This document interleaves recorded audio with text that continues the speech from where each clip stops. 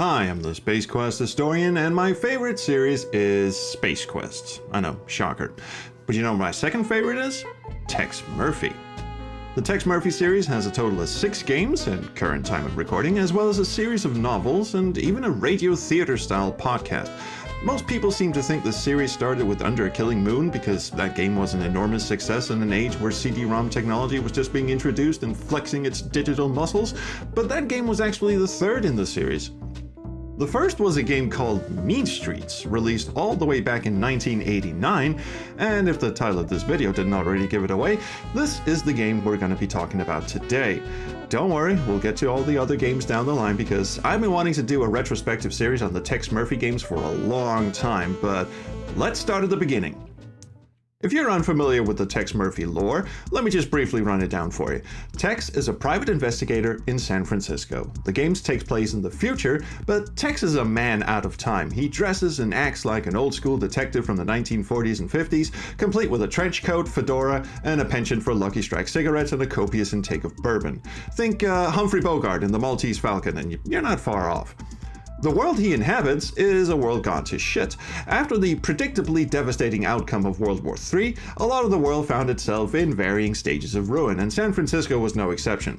Now, the rebuilt part of the city is called New San Francisco, and the ruins of the old city is called Old San Francisco. Wow. Also, fairly predictably, this resulted in a pretty substantial class divide, so now all the poor people live in the old city, and all the rich assholes live in the new city. As a special bonus, the nuclear fallout from the war caused irreparable damage to the ozone layer, so now everyone sleeps during the day and goes about their business at night when the sun isn't bombarding them with radiation.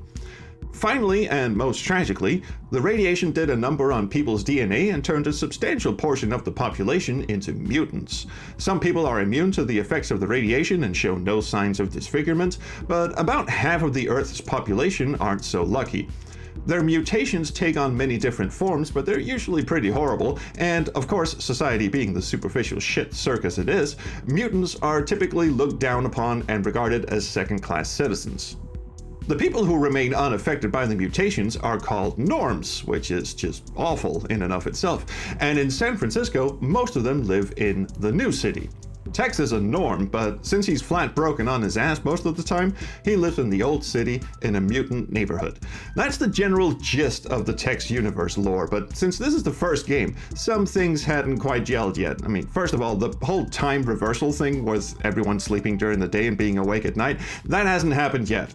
Also, there's no mention of Tex living in a mutant neighborhood. In fact, Tex is presented as a hard-boiled, no-nonsense detective who isn't above dishing out some right hooks to get the information he wants, not to mention carrying and liberally using a gun, character traits that would later be softened into more of a bumbling but resourceful character, kind of like the Roger Wilco of PIs, actually, but we're not quite there yet.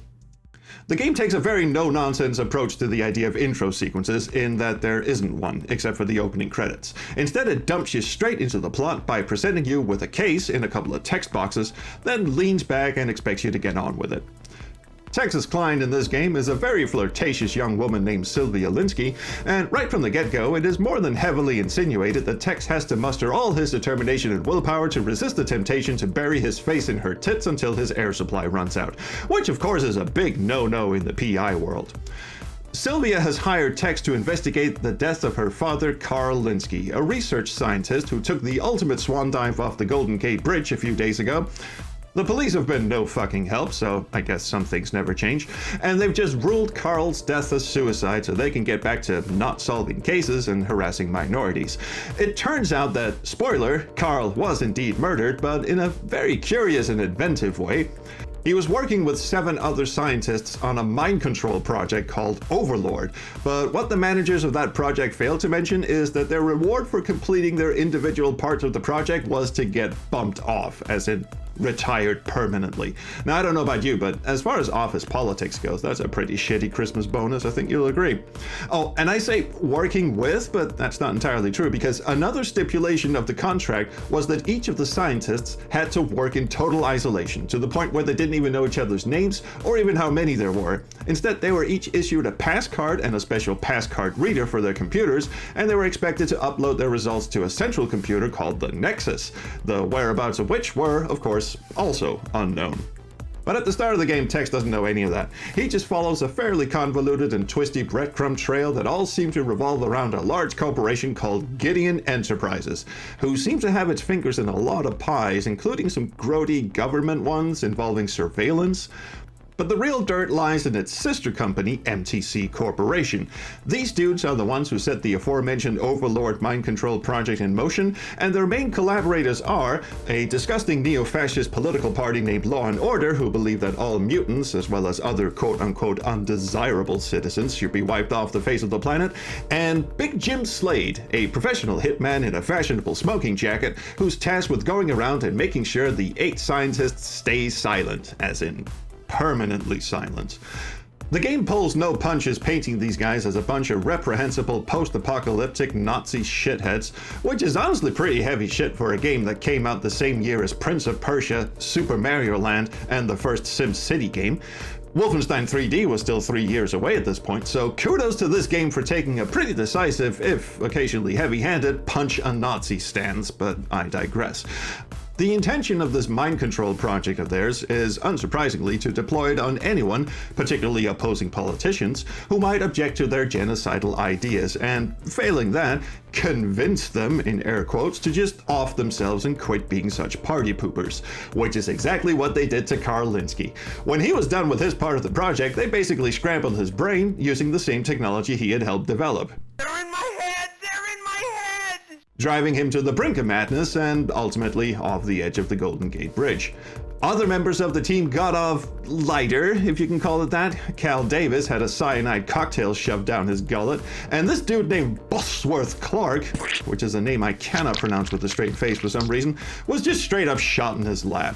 Now, you'd think some alarm bells would go off when a government contract not only requires you to operate in total seclusion, but also to shove memory implants into monkeys until they go murderously berserk, but a gig is a gig, I guess.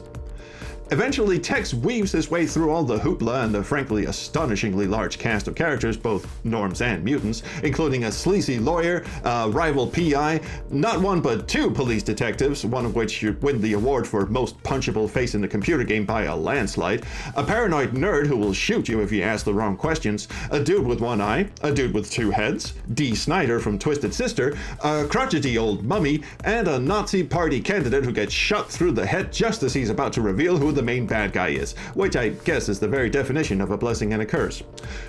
The true brains behind this fascist wet dream of a project, however, remains elusive. The top of the list of suspects include this corporate shitstain who's the current CEO of Gideon Enterprises, and this other corporate shitstain who's the head of the sister division, MTC Corporation, but surprise, it's actually this crotchety old garden gnome come to life. His name is J. St. Gideon, and he used to be the CEO of Gideon Enterprises until he was replaced on acrimonious terms with this aforementioned sleazebag, but that's honestly not really important because it's never explained why he's the bad guy at the end, he just sort of is. In Tex Murphy Overseer, the remake of this game from 1998, his character is a bit more fleshed out and even sympathetic at times, but in this game he's just a super racist bag of turds, and it's up to Tex to stop him by bagging each of the scientists' pass card, shoving them into the main computer at the Nexus, which it turns out is located on Alcatraz Island of all places, and shutting down the whole shebang. And so, with Sylvia Linsky no longer being Tex's client, he's free to ride off into the sunset with her and start a new life together. Well, until the sequel anyway, but let's not get ahead of ourselves. Anyway, case closed, we're adjourned. Good day, gentlemen. Now, as surprisingly detailed as the plot is, it really isn't the interesting thing about this game. So let's talk about the different game modes in this game, because it actually has several. Mean Streets is not just your standard run-of-the-mill adventure game, although in all honesty, it will, on more than one occasion, make you wish it was. The first thing we have to contend with is arguably the least intuitive mechanic in this game's repertoire, the flight sim. Tex's primary mode of transportation is his flying car, known as a speeder, and you can fly this thing all around town for as long as you like. You'll quickly come to realize, however, that there's not anything of interest anywhere besides where the game expects you to go, and the act of actually piloting this thing is mind-numbingly tedious. Now, while it is technically impressive to have a full-fledged flight sim in the game, complete with 3D polygon terrain, buildings, and landmarks, and a large-scale replica of not just San Francisco, but also LA and other surrounding areas, trust me, this thing is fucking massive, it's also agonizingly slow to fly around in, and on the whole, about as much fun as being strapped to a bed and forced to listen to ASMR videos of people chewing their food for hours on end. The lads at Access Software must have evidently realized this at some point, because the game gives you these 4-digit nav codes that effectively function as waypoints for where you're supposed to go. And while you can't technically lift off yourself and fly to the destination at the speeder's spectacularly glacial top speed, even when mashing the W key to engage warp speed, which only makes the speeder move slightly faster than an arthritic pigeon on antidepressants, it's hardly worth the effort. Indeed, the preferable option is to just engage the autopilot. Yeah, there's a fucking autopilot. And this autopilot takes care of everything, not just flying the speeder once it's in the air, but also taking off and landing as well. Your only punishment for doing so is that you still have to sit through the actual flight to your destination in real time with no option to skip it. Other than the aforementioned catastrophically mislabeled warp speed, there is no way to fast forward through this shit. So all in all, calling this thing a speeder is a woeful misnomer, because even with this hunk of shit going at full pelt, you could still be easily overtaken by your average paper kite. Also, nothing fucking happens en route. It's not even a challenge, because the speeder is impervious to damage. If you collide with anything, including the ground, the speeder just bumps right off of it and comes to a dead stop. Or sometimes just phases right through it. Look, I'm actually inside a mountain right now.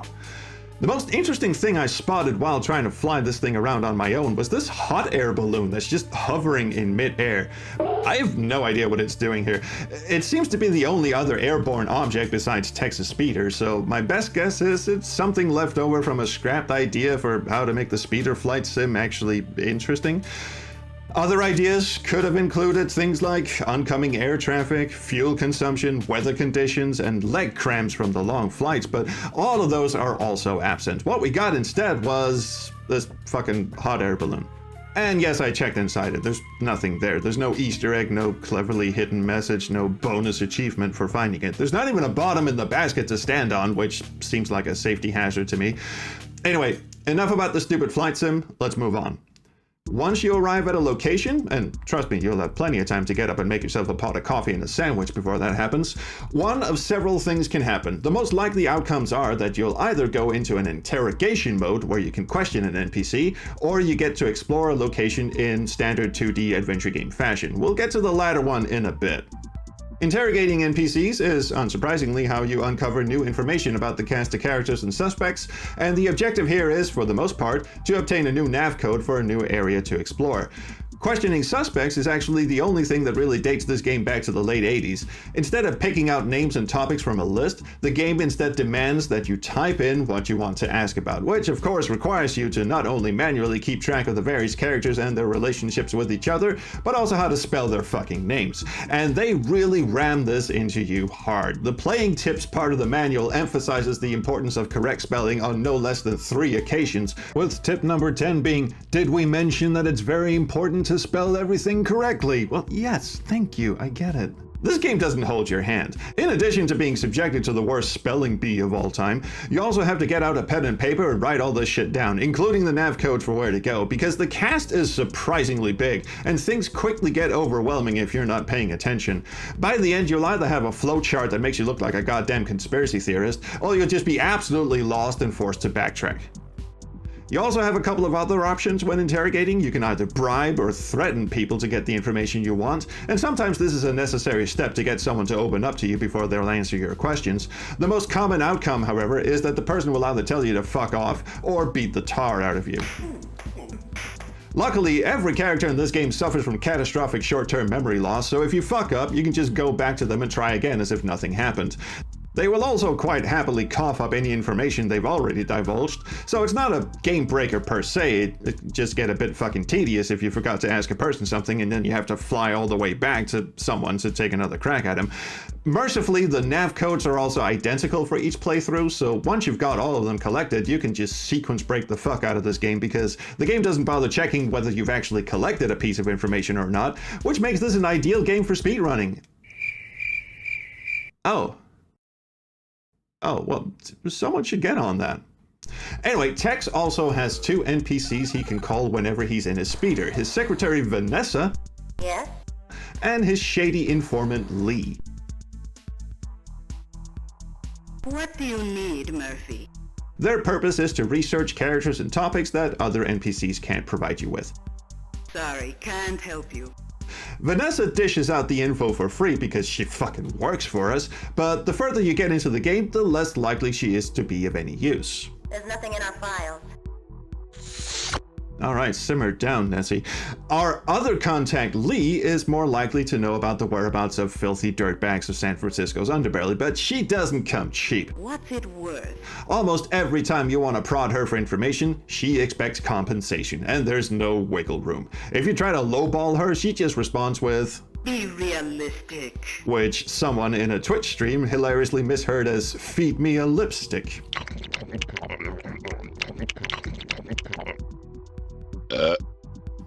The 2D portion of the game is by far where most of the good stuff happens. The game has a very interesting, almost proto point-and-click interface, despite there being no mouse support whatsoever. This thing is controlled entirely with the keyboard, or a joystick if you're a complete weirdo. You move text around the room using the arrow keys, and when you bump up against something interesting, a list of available objects to interact with pops up at the bottom of the screen. You can then choose to interact with any of these objects using one of 6 predefined verbs: look, get, move, open, on, off, and rather bizarrely, taste. The interface is also layered, which means that if an object is a container, like a desk drawer or a cabinet, or simply merits closer investigation, then any additional objects that are in the vicinity pop up separately from the main object, so you can either choose to interact with an object inside or around another object, or the parent object. And objects inside an object can also contain additional objects, so the whole thing becomes this intricate nested interaction system that sounds really complicated, but it really makes you feel like you're combing through a place, uncovering hidden items and rifling through people's shit, and it works surprisingly well. One trick the game does like to play on you though, is whenever you enter a room, sometimes a security alarm goes off, and then you have a very limited time to find whatever control panel disables the alarm and switch it off. Even though 10 minutes on the clock seems like a fairly generous amount of time, text moves so goddamn slow and the switches are usually hidden behind a series of locked drawers and cabinets or behind hidden objects, so it actually does become quite tense at times. An even more insidious trick is that it's also very much possible to soft lock yourself in these sections. The most common way to achieve this hair-pulling non-winnable state is by accidentally picking up an item that you were meant to move aside to uncover a hidden object underneath. And rather curiously, this game has no inventory, at least not in the traditional sense. You can't bring up a list of items that Tex is carrying around, at least not when you're in the 2D adventure mode. If you need to use an item, like a key to open a locked desk drawer, you're just supposed to open the drawer, and the game will then check if you have picked up the correct key. But picking up items is bizarrely a very hazardous thing to do, because if there was another object inside or under the thing you just picked up, then that object somehow magically disappears if you happen to pick up the item it was hiding behind. And this means you can very easily miss an important item if you pick up something you were meant to open or move first to uncover a different item. So you'd better get used to saving your game each time you arrive at a new location. Otherwise it's very, very easy to irrevocably bone yourself and have to do things over. The last game mode I haven't talked about yet is the shoot 'em up sequences, and these are honestly kind of baffling. The game switches to a side view where you get overrun by a million identical looking clones of gun-toting bad guys who all inexplicably disintegrate into shards of glass when shot. You can duck under their endless barrage of gunfire and take cover behind crates, but these guys just keep coming, so you need to keep moving forward and make it to the other side of the screen before you get your nuts blasted off. There's no real strategy involved other than to shoot the endlessly respawning horde of oncoming assailants, and there's no enemy variety at all. It's literally just the same dude coming at you infinitely until you get to the other side, at which point the sequence either ends or you're treated to another screen that you then have to clear as well. Also, even though your health regenerates after every gunfight, you have a limited supply of ammo, so if you run out, it's basically game over. You can bail out of gunfights if you're low on health or ammo, and you can find extra ammo lying around at various locations, but you can't skip these sections, so it is indeed also possible to softlock yourself if you somehow manage to burn through all the ammo the game has to offer. As a final kick in the teeth, unlike the rest of the game, this section of the game is dependent on your computer's CPU speed, meaning that the faster your computer is, the harder it will be to make it past the onslaught. On faster machines, this becomes downright impossible, and if you're playing this in DOSBox on a modern machine, you really have to set your CPU cycles very low in order to stand a chance.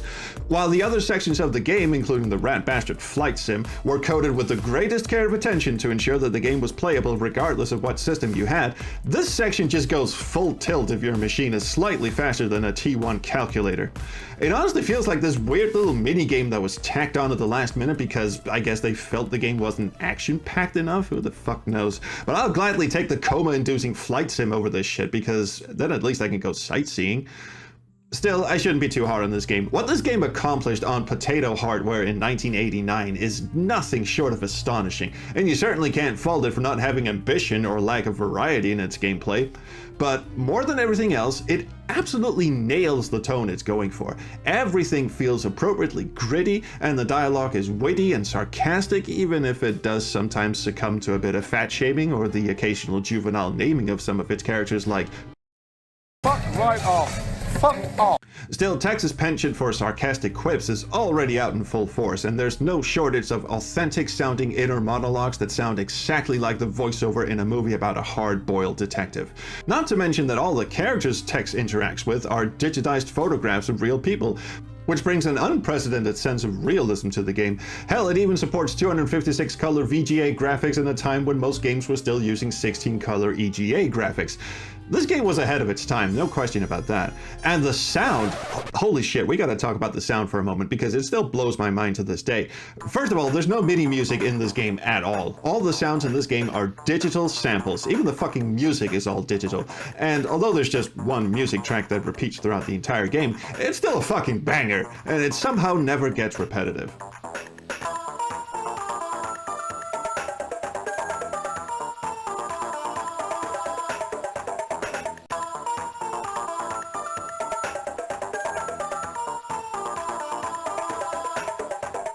And as you heard earlier, some of the characters are even voiced, which is just mind-blowing tech for a game that came out on 3 low-density floppy disks. Hard drives were still considered an optional peripheral at the time, and a fairly pricey one at that, and sound cards were still in their infancy. Most people were still running these games off of floppy disks, with the audio playing through the computer's internal PC speaker. And what's even more wild is that you didn't even need a sound card for this. Access Software somehow figured out how to have all this digital sound come out of your PC's internal speaker, without the whole thing spontaneously combusting.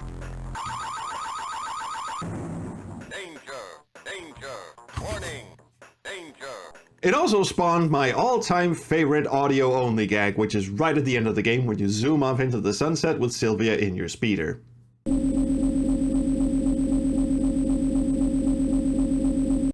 Oh, Sylvia. Tex, more.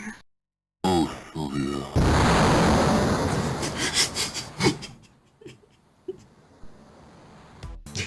So, just to recap, we've got a game with 4 separate game mechanics, a vast landscape that you can fly around and explore freely, digitized actors, sampled sound coming out of a speaker that was only intended for single-tone beeps, Can't help you there.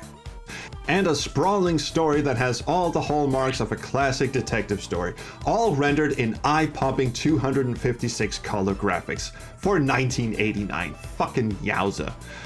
And as wonky as it sometimes is, Mean Streets is a technological masterpiece and a very strong first entry in a series that only kept getting more ambitious and technologically impressive with its sequels. Mean Streets truly is like a proto-FMV game, and it was miles ahead of its time. But let's just do a quick bonus round here, because this is where things get even more mind-boggling. While Mean Streets was primarily developed for IBM PCs running MS-DOS, it was ported to other popular home computer systems of the time by a group of British developers known as the Code Monkeys. The Amiga version, released a year after the original DOS version, is actually a bit shit. It's not abysmal or anything, but it has some annoying quirks as well as a few bewildering changes.